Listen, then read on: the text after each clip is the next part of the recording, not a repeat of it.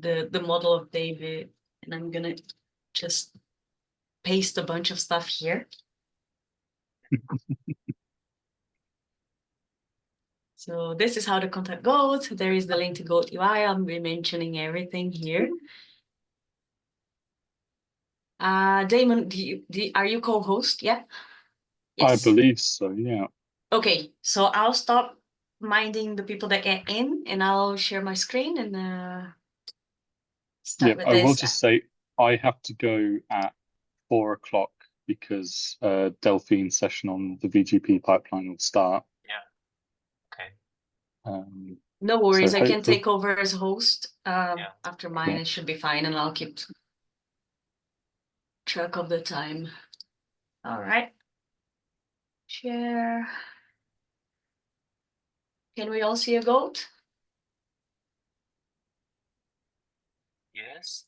I found that there is a speaker that he said that he still needs someone to get a permission to join this link. So the link that you posted on the chat took me to the to another meeting instead. I think it's okay. I'll copy them. Just go on. Yeah. All right. Do you like to do introductions, or can I just go ahead? Yeah. Sorry. Wait a minute. Yeah. I just copy the link to here. Yeah.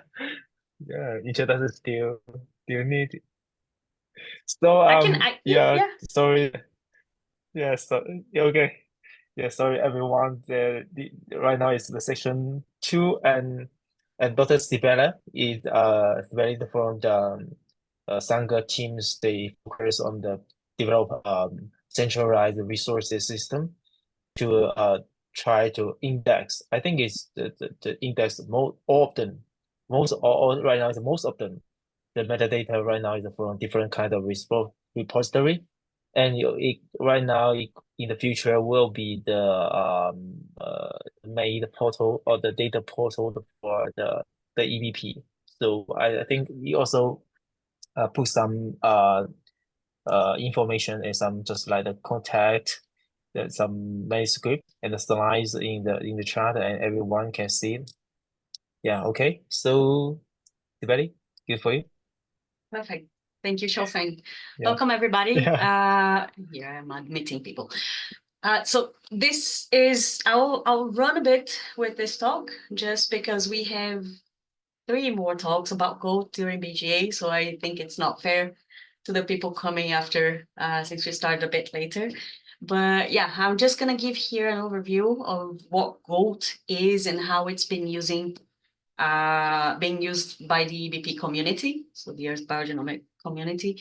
And the main thing is that why gold, right? And with this, because we are in this time where we are producing massive amounts of data and sequencing, trying to sequence all life on Earth, there is a lot of data that we need or that we would benefit from having.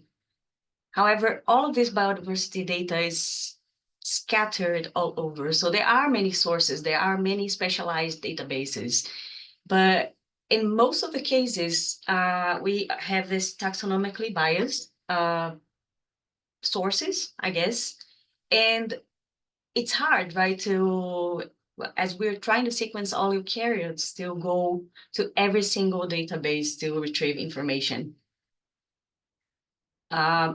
Also, we are facing a problem that what if there is no data available? So for a lot of these organisms, they are small and not model organisms. We need to start somewhere. So sequencing projects might need a strategy to make decisions based on inferences or estimations of the data itself. And as an example here, I brought this question of how much should we sequence? So usually based on a project's target coverage of the genome or the genome assembly, we use genome size plus ploidy to compute, right, how much sequencing effort and how much money is required to sequencing one species. So in that case, if we have this computation using real data, we can create an estimate of genome size and estimate of ploidy that would allow for this type of decisions to be made. And that's how we have GOAT now. GOAT was created to be the one place, the aggregator, that would have metadata for anything that is pertaining to sequencing genomes of eukaryotes. So here is a link to the publication. But yeah, so C values, genome size, things that have been published, things, genome assemblies, metrics of the assemblies. And on the other hand, we also have the repositories for genome assemblies that are being produced, but it's key nowadays to have information also about sequencing that is planned or that is still in progress. So GOAT is also using the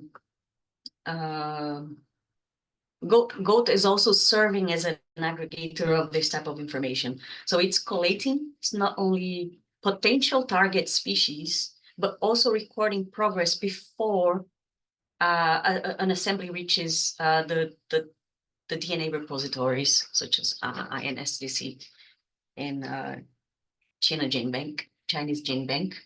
So this is really important because there is in a single place, although we have many portals per project within the Earth Biogenome Project, we have over 48, if I'm not wrong, projects part of the EBP network.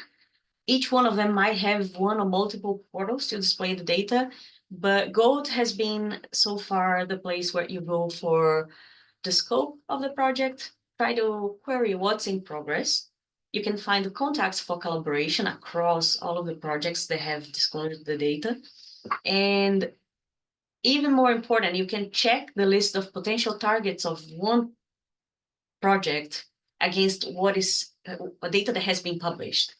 So in a way, this is helping solving duplication because then projects can make decisions based on what is in there, what is in progress, and try to either cancel some things that have been done to the standards of a project or to the scope of a project, or negotiate and collaborate with other projects.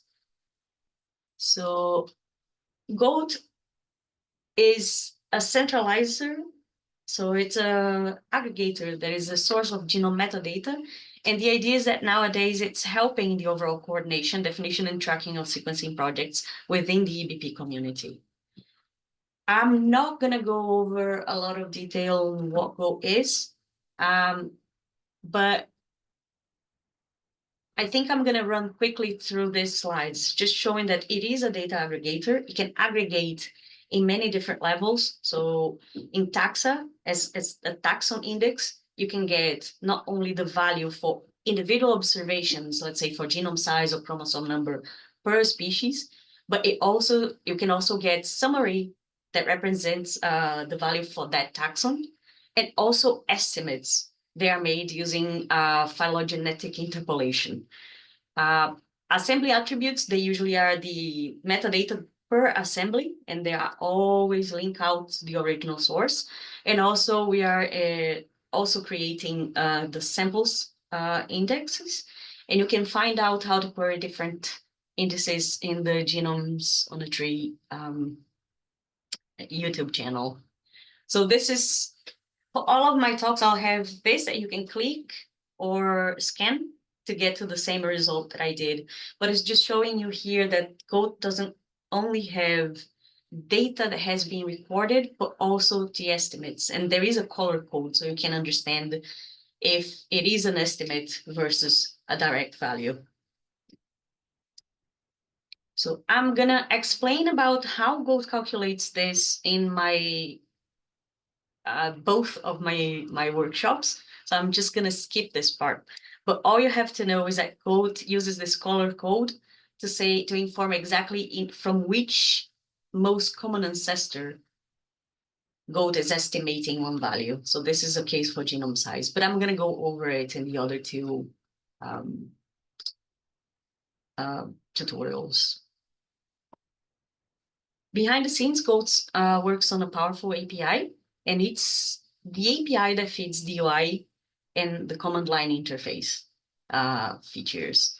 So if you do a complex or simple query on GOAT website in the GOAT UI, so you can see here this the goat.genomehugs.org. After you do a query, so this is a list of all of the family representatives of Darwin Tree of Life project at the rank of species. And you can get each column here as a separate attribute. Some of them are direct values, some of them are estimates, but you can get all of this in a computer readable format, either downloading from the GOAT UI, but also using the API with the same link that you generate on the GOAT UI. So the GOAT web is actually a window of what the API can do. So it's very powerful, and we are trying to make it computer fair, right? So findable, accessible, interoperable, and reusable.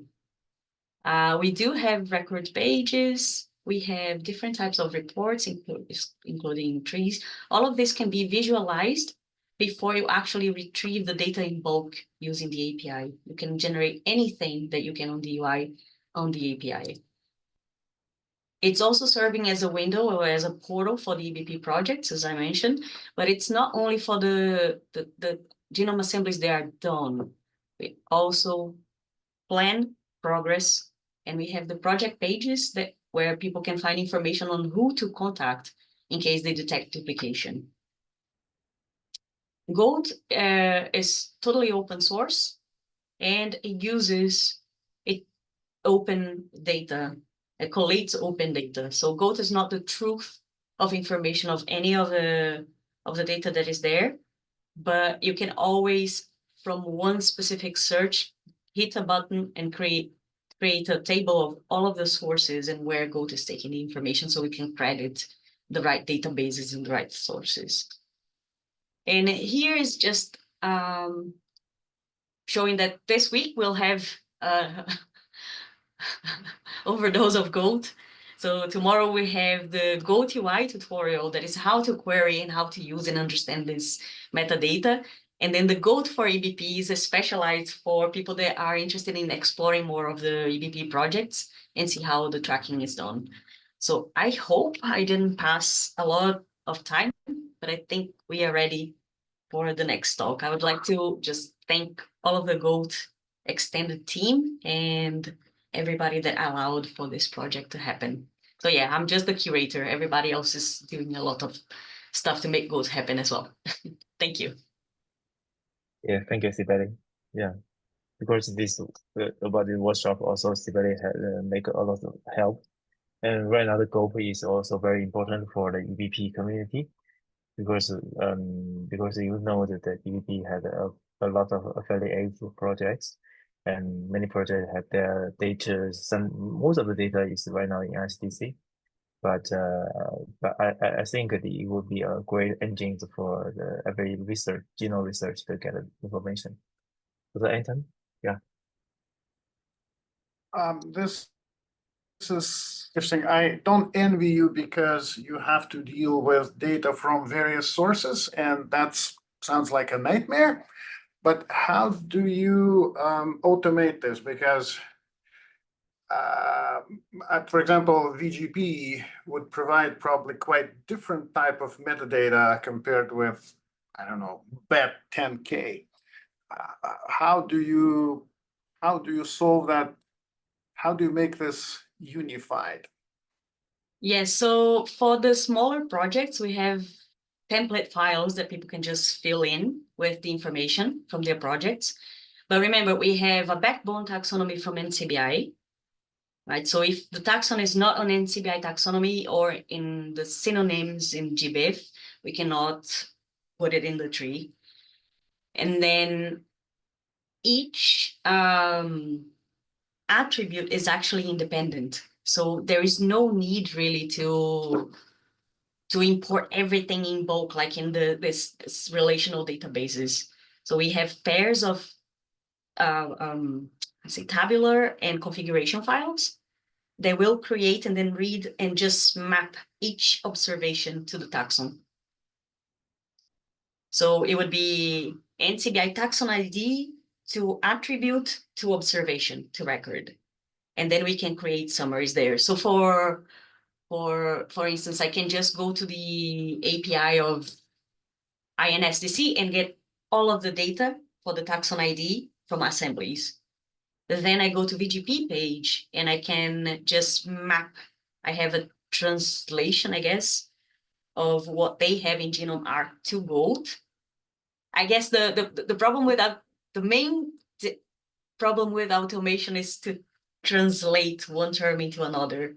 But as long as we have these milestones well defined to say, okay, it has been sequenced, it has been in assembly, it is in the process of collection, then we can map to Gold.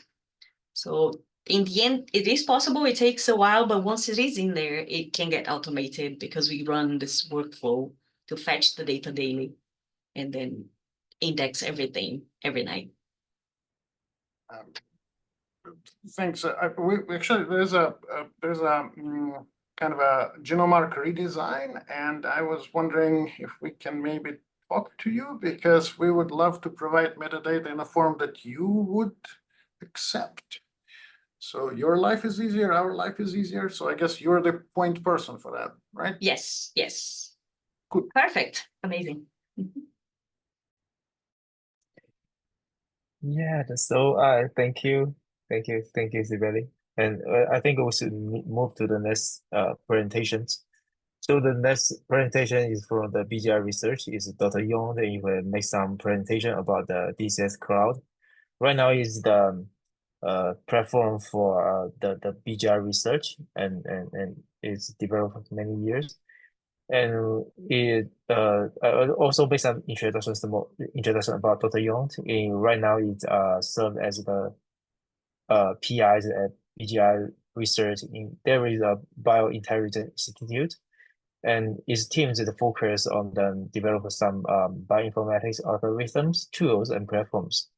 So welcome, Dr. Yong. Yeah. Can you hear my voice? Yeah. Thank you, Xiaofeng. Yeah. So Just so go. can you hear Okay. everyone? Yeah. So shall I share my screen? Yeah. Yes. Yeah, you can just share a screen. Okay. So can you see my screen? Yes. Okay. Yeah. Okay, so thank you for the invitation. So today I will give a brief introduction of the DCS Cloud. So we named it as a one-stack solution for the bioinformatics in Omics big data. So I'm Yong from the BGI research. So this is my content. So first I will give some background. So first is that the first question is that what is DCS? So actually DCS is a name that used inside the BGI. So yeah, so the DCS means that it means the DNA omics, cell omics, and the spatial omics, which represent the three major omics technologies nowadays. So our platform is that it is designed to analyze this type of data. So as we all know that the flow sequencing price is very low now. So there is a lot of the big data projects such as 10KB, but 10K genome projects, also some human population projects, and also some special single cell data, projects. So it will generate a lot of data. So how to analyze this kind of data become very challenging. So this is the reason why we built the DCS Cloud. So the reason why we chose the cloud is that as we all know now, the cost in the cloud is very low now, and the cloud is also can provide some efficiency to use the cloud resource in flexible way, and the cloud also can provide some security product that can help us to build a very security platform. So this is the reason, and so for this we build the DCS Cloud. The link of the cloud you can find in the cloud.omics.tech .tech. So to build this platform, we wanted it to be the one-stop solution, and also we wanted to build with a lot of the algorithm tools that you can just to use them, and also we also integrated some AI models, and we also built a toolkit community to make it easier for the user to access the data. So the core advantage of using the cloud as a analysis platform is that it can be easily to use. So that the biologists can start to perform some analysis without coding, and the bioinformatics can focus more on the complex, challenging bioinformatics data analysis. So it will shorten the omics research time. Okay, so for now, DCS Cloud has been deployed in the 4 regions across the world. Okay, and we have supported a lot of the publications, including some publication from Cell and Science. And for now, we have more than 5,000 users, and have finished the analysis of 18 megabytes data, and also finished near 1 million tasks. Okay, so for the next part, I will go into the purchase of the DCS Cloud.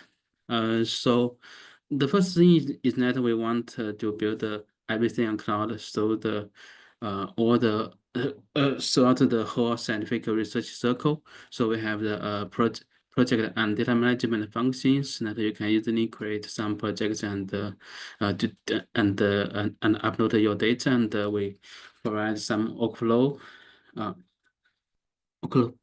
functions that you can create your own workflows, and to run the data, to run standardized analysis, and also the visualization functions, and also some advanced analysis that you can just click the parameters and set up the data and to run.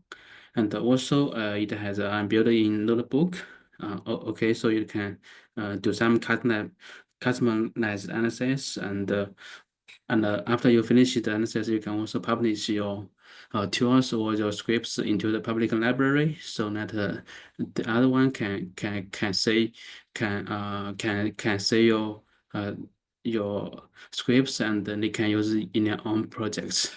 Besides that, we also provide an AI copilot system that you can just call AI copilot to ask any questions and to get the results. So this is the design of the DCS Cloud. So for the first net is for the first net is that we want to build an seamless collaborations between the researchers and the partners, and also the sequencing platforms. So we have online collaboration, so that you can add your partner into your projects, and it has a role management system, and also you can set up the data access control. Okay, and it also have some very easy data upload functions. It can use the web-based, and you can also use some clients from the AWS or Alibaba Cloud. Yeah, and you can also direct the connection with MGI names. So after you uploading the data, you can start the analysis. So for the analysis, we have 3 major functions. The first one is that you can use the workflow. Okay, so for now, our flow system supported the Weido language. So okay, so you can start. We already built up some inside analysis pipelines, including the DNA sequencing and also the single cell and the spatial. And you can start it in the interactive mode and to submit up to 100,000 samples by a few clicks, and you can also get a comprehensive report. Yeah. And the second, and here is an example of the analysis pipeline from the still-seq data analysis. So here's the radio that you can see that you can choose a sample number, and it will fill some data automatically, and you can then choose some reference data and also some related parameters to run the analysis. Right. Okay. So here is the reference and also the tissues, and you can start the analysis. And after the analysis, you can then go to after the finished analysis, you can then go to the report part, and you can see the details of the report, and you can also visualization the results. Okay, so here is an example of the spatial transcriptomes data analysis. So here is an online visualization tool that you can use it to visualization your spatial transcriptome data, and also do some lasso to get the data that you are to get the region that you are interested in. Okay, and we also get some other visualization tools such as the IGV. Yeah, so you can visualize the DNA sequencing data, the genomics data. Okay, the second part is that so you can also use some integrated interactive advanced analysis. Here is that after you finish the standardized analysis, you can choose the results of the gene expression files, and then use this interactive tools to analyze your data. For example, to do a clustering and to do a cell type annotation and some function enrichment, and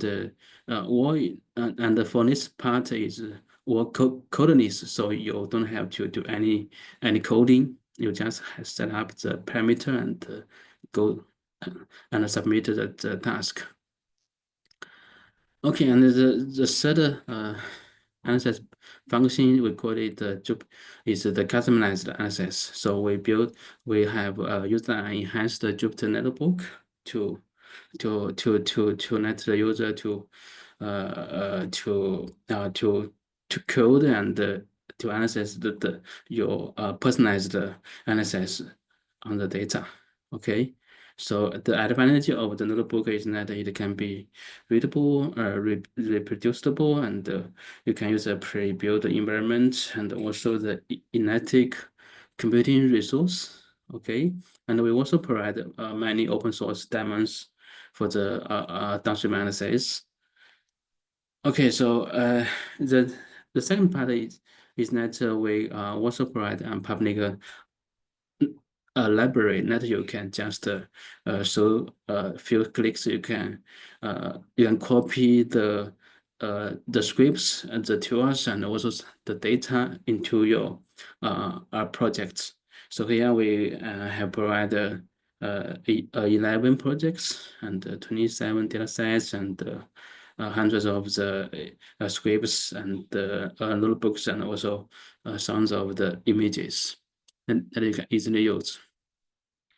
The next part is that is AI part. So for you already know that the large language model has been very useful tools for the research. So we use the large language model together with our inside database and literature and also some Omics database together to build the AI Copilot functions. So you can call your AI Copilot anytime in the system, and you can use it to read the academic literature, to generate some simple data analysis code, and also search for the biology knowledge, and also to publish the manuscripts. So yeah, so it will be a very useful tool. Okay, here's a demo that shows how this paper how the analysis from this paper use the DCS Cloud. It uses the standardized analysis. It uses actually it has some spatial transcriptome data and also single cell data. So it uses the standard analysis to generate the gene expression file, and it uses the inductive visualization function to witness the results, and to use the customized notebook analysis to finish the downstream analysis, and then they share their scripts to the public library. Okay. So the third part is about the security and certifications. Actually, for now, the cloud is actually a very safe place now. So many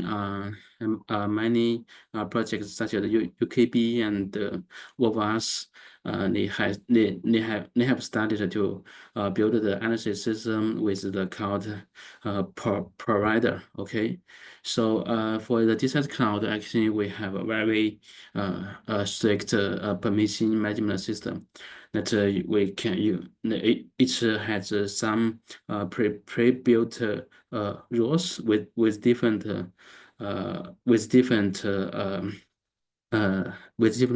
permissions about the function and the data, and we can also have a very precise control on the data permission.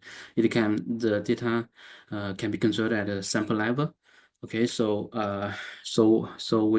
every data in the data management, it will have a sample tag. So once you it will follow the data through the analysis, so it can be easily controlled in the sample level. And we can also flexibly to build some new rules for the different functions, and to help you to set up the corporations. Okay, and the last one is that we also care a lot about the data security. So we have built a lot of the data security features, and also the regulations in the system to across the life cycle of the data. Okay, so that's all. So thank you very much for the listening. So if you are interested in this cloud, you can scan to scan to see how it works, and also you can scan to follow us. Thank you very much. Okay, thank you, Dr. Yong. I think that maybe we can keep the questions to the end, because I found that Dr. Yong's the platform is quite similar to the Galaxy. Maybe I don't get the detailed design of the Galaxy, but I think it could be similar, because 10 years ago, maybe 10 years ago, at first time I want to develop a web online analysis system, just clicking one buttons and do the analysis highlights. And my colleague told me there is a open source system called Galaxy. So it's a quite famous system right now in the world, and also my colleague right now, it's not my team, but it also have a lot of contribution to the Galaxy community. So thank you, Dr. Anton, and Dr. Anton is also not just the PI of the Galaxy project, and also the professor of Penny State University. So welcome, Dr. Adam. Thank you. Let me just reorganize the screen here. Yeah, okay.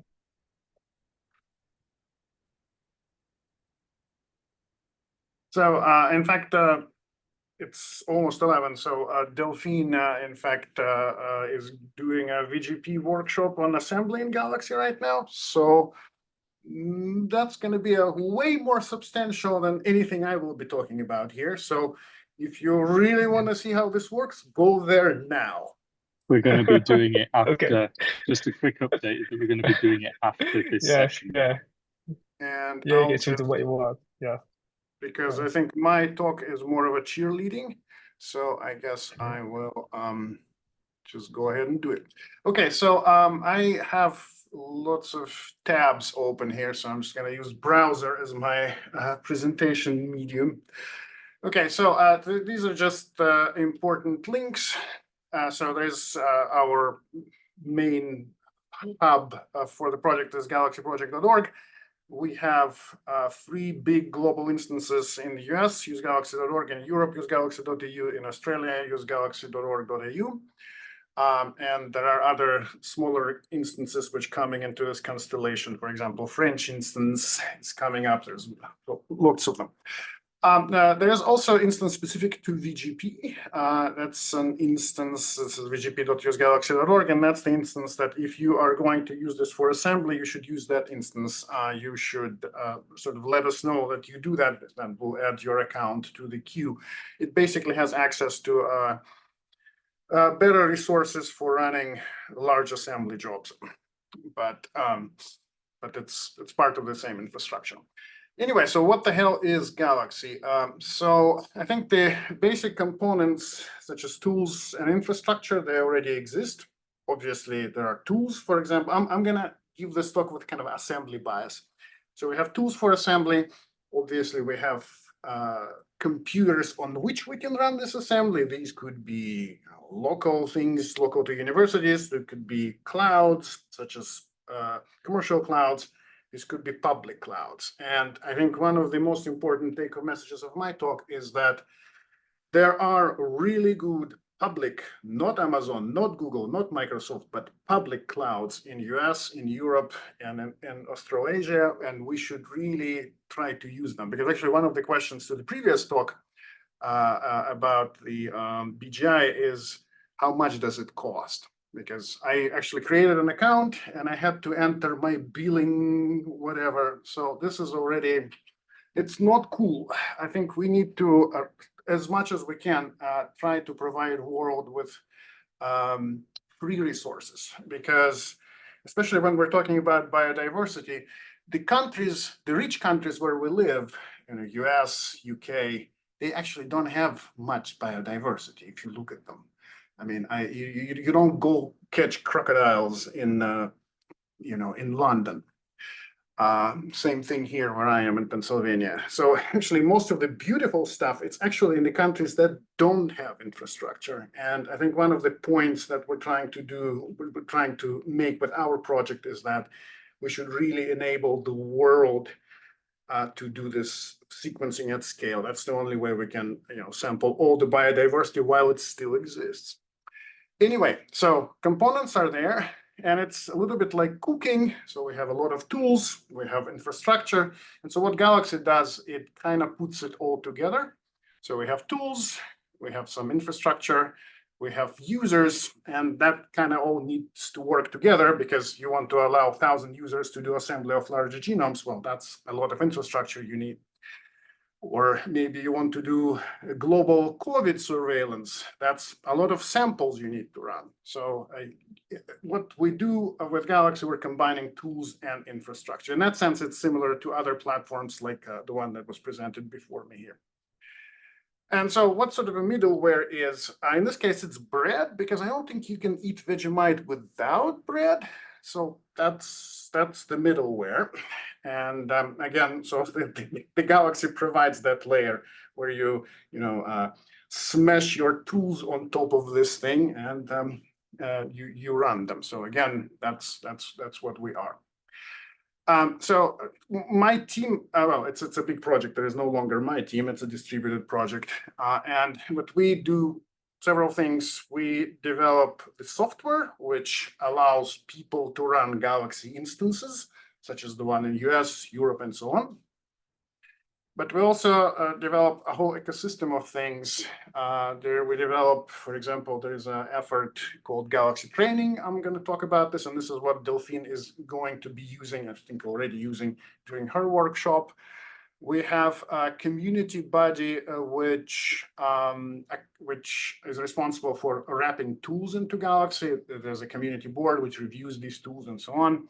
We have the software development kit called Planemo, which can also be used to run Galaxy programmatically at scale.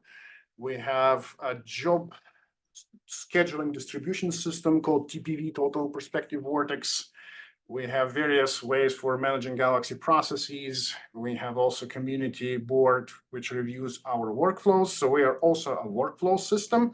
We use our own workflow language because the way we use tools is fundamentally different from, say, Widow or Nextflow. But you can also run Nextflow workflows in Galaxy as in containers. And this is what we do, for example, with our version of some of this Sanger's workflows that you use for assembly and so on. And we have our app store, which is called Galaxy Toolshed. That's where the tools are. This is so-called macaroni plot, and it's this is how we run infrastructure in the US. Essentially, what it shows is that there's a bunch of things distributed across the country, because when you do, for example, genome assembly, you need large you need nodes with a lot of memory. So we have supercomputing infrastructure in the US. It's organized in these academic supercomputing centers, such as, for example, IU Jetstream, that's Indiana University, PSC, this is Pittsburgh Supercomputing Center, SDSC, this is San Diego Supercomputing Center, and TAC is Texas Advanced Computing Center. So this is what I call public cloud. These are resources funded by National Science Foundation here in the US, and they're mostly historically been used in science, in physics and engineering, and so we bring a lot of biology to these resources. And that's the 3 instances that I mentioned. This is kind of a similar to the first talk in this session. You can use Galaxy via graphical user interface and via API. And I'm going to show this briefly. So this is an example of user interface. This is, for example, how you, well, it's a command line statement, and this is how you can run Galaxy workflows programmatically. Let's just do something. So I can show you as many slides as you want. You have no way of checking whether what I'm saying is actually true. So let me show you some live stuff. This is a dashboard of US instance. So this is 24-hour period. So we ran close to 40,000 jobs in the past 24 hours. We have 1,300 users. So that's sort of a kind of an average load that we get. So we run about 700,000 jobs per month. This is on this public infrastructure. And in order to explain people how to do things in Galaxy, we have Galaxy Training Frame Network. It's a community run resource. The 2 people who are responsible for its design these days is Helena Rush and Saskia Hittelman. So they maintain this framework, and it has a large number of tutorials. But since I'm talking about assembly, we probably want to talk about assembly. And this is what Delphine is doing in much more detail. But what the most important thing about all this conversation is that you can use it now. So this is a tutorial, and if you scroll through this tutorial, at some point you will come to, I'm scrolling too fast, of course, it's flowing in your screen, but you can go here and read it yourself at your own pace. But anyway, if you read this, eventually we describe the theory, how assembly works and so on, but eventually you get to the point where you can actually do stuff. And so, for example, this is the first stage of assembly. When you have some data, you don't quite know what it is. For example, you don't know what diploidy is, you don't know what heterozygosity is. And so you want to run your first workflow. So you upload, in this case, for example, your PegBio data into Galaxy, and you run workflow. And so if I click on that, it will actually ask me, do I want to run it in US, in Australia, in France, in Europe? But I'm based in US, so I'm going to go here. And that, in fact, that brings me actually in the Galaxy instance here in the US. I just switched to a history I prepared. It's a bird. What I have, I uploaded some PegBio data. This is PegBio hi-fi data. And I can just go ahead and, I can just start running this thing as we speak. And this is the workflow I'm running. So it's essentially, it creates a k-mer profile, generate genome scope plots, which I can then use to actually start generating contigs and scaffolds. So it runs in real time. You can go and do this yourself right now on our infrastructure for free.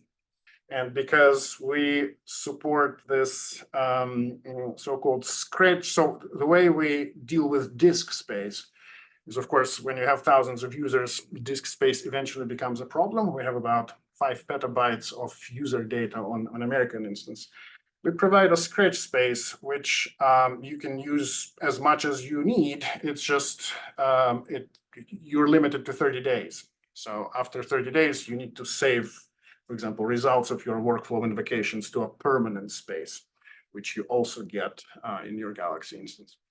So that's, I guess, more or less high-level overview. So once this finishes, you get, I can show you some of the results, how this is.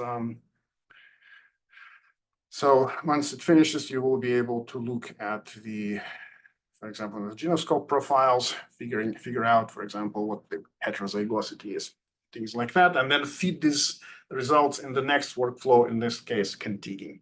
So take-home message is the most important thing here are these URLs. It's a platform which runs, it's free, and it can run quite large analysis at scale. Thanks.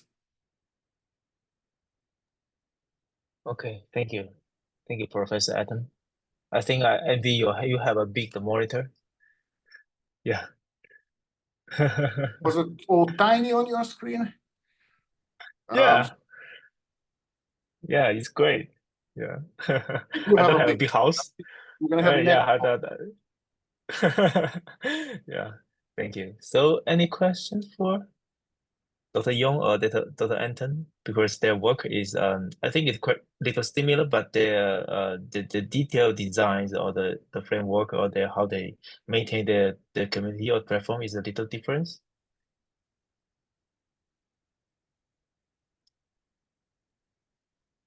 Okay. So maybe we can, yeah, I think that we have over time. So Damon, maybe we can move to next sections. Anton, could you please paste the links that you had on, are you using the Discord app? I'll just stick them in the chat. Of course, chat is very transient.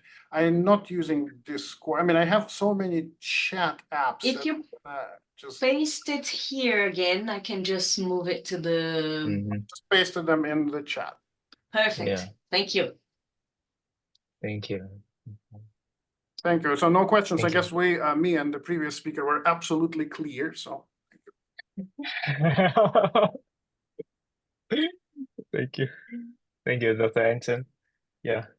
Thank you. So thank you all of the sections about the EBP workshop is closed today. Looking for everyone this Thursday. Yeah. Thank you. Please come to Delphine's workshop. Bye. Yes, come to the VGP one. Yeah. You. All right. See you in a minute. Bye. Bye-bye.